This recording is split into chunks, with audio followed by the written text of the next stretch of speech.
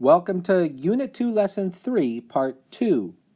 Today you're going to learn how to compare decimals. So in today's lesson, we're going to be comparing decimals without any whole numbers. All of our decimals will have a 0 at the beginning.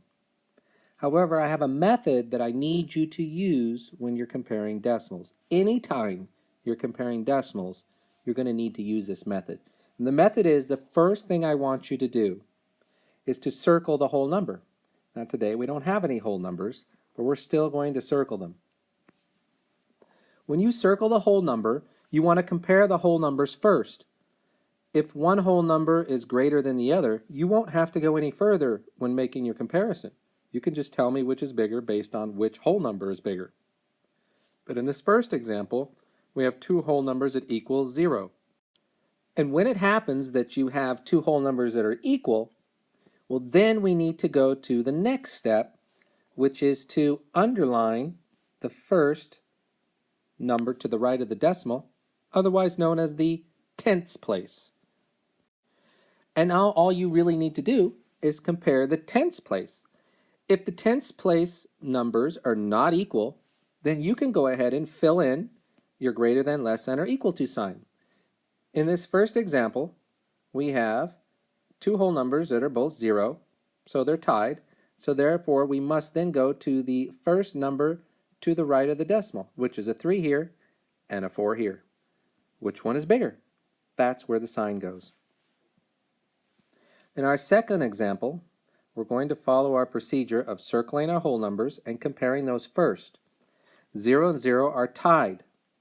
Then we go to the tenths place and compare our digits in the tenths place. 0 and 0 are tied.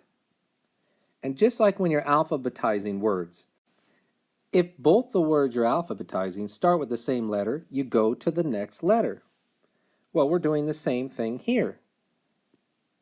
The first place value, the tenths, are the same, so we're going to go to the next place value, the hundredths. When we go to the next place value, we see a difference. This decimal has a 9 and this decimal has a 0. Then that means we're done. Once there's a difference, we're going to be done, which we simply point our sign in the direction of the larger decimal. Here are the 4 steps that you need to know in order to compare decimals correctly. Step 1, circle the whole numbers. I want to see that anytime you're comparing decimals. Showing me that you've circled the whole numbers tells me you understand you're comparing first the whole numbers and then the decimals. Step 2, if the whole numbers are not equal, then you can place your sign now. So let's say you have a decimal 2 decimal 0 1 or 2 and 100ths versus 1 and 100ths. If you circle the whole numbers, you know that 2 is greater than 1, so you can just go ahead and place your sign. Step 3, though, if the whole numbers are equal, as they are in today's lesson, then compare the tenths place. In other words, go to the first place value after the decimal. And if those are equal, then you need to continue on to the hundredths place, step 4. Step 4 has you continuing place value by place value until you get to one where the numbers aren't equal. Once you find the place value where the numbers stop being equal, then you can place your sign. The larger number should have the greater than sign pointing towards it. That's all there is to comparing decimals. Circle the whole numbers.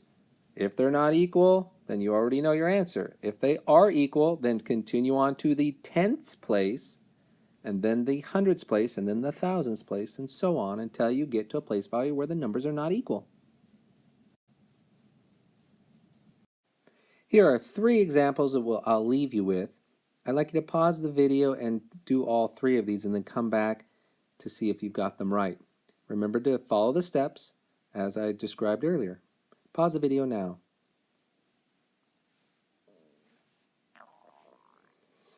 Welcome back.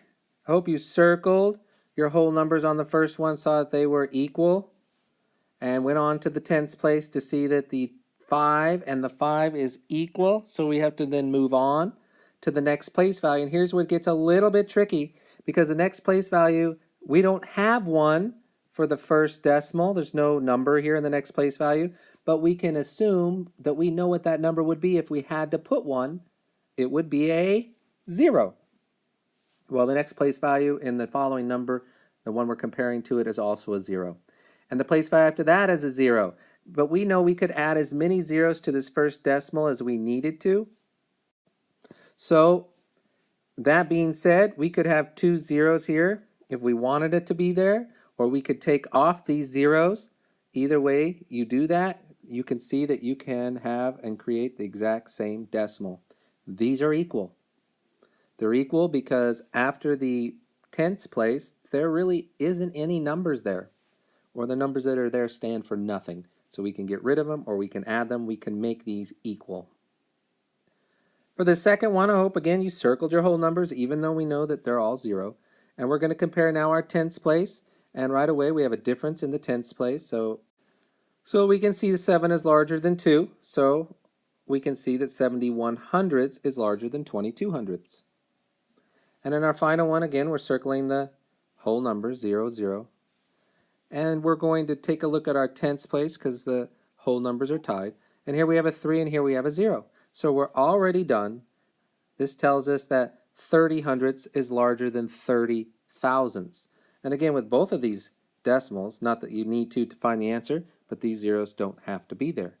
So we could reread this as 3 tenths is larger than 3 hundredths. And this should make some sense to you. If you saw them in fraction form, 3 tenths means you get 3 pieces out of a pizza that's cut into 10. And 3 hundredths means you're getting 3 pieces still, but it's out of a pizza cut into 100 pieces.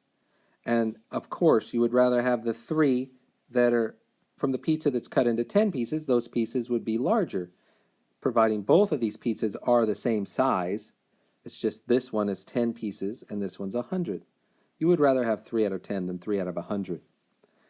All right, congratulations on completing this lesson. And now please complete page 44 in your workbook, problems 6 through 21. Thank you.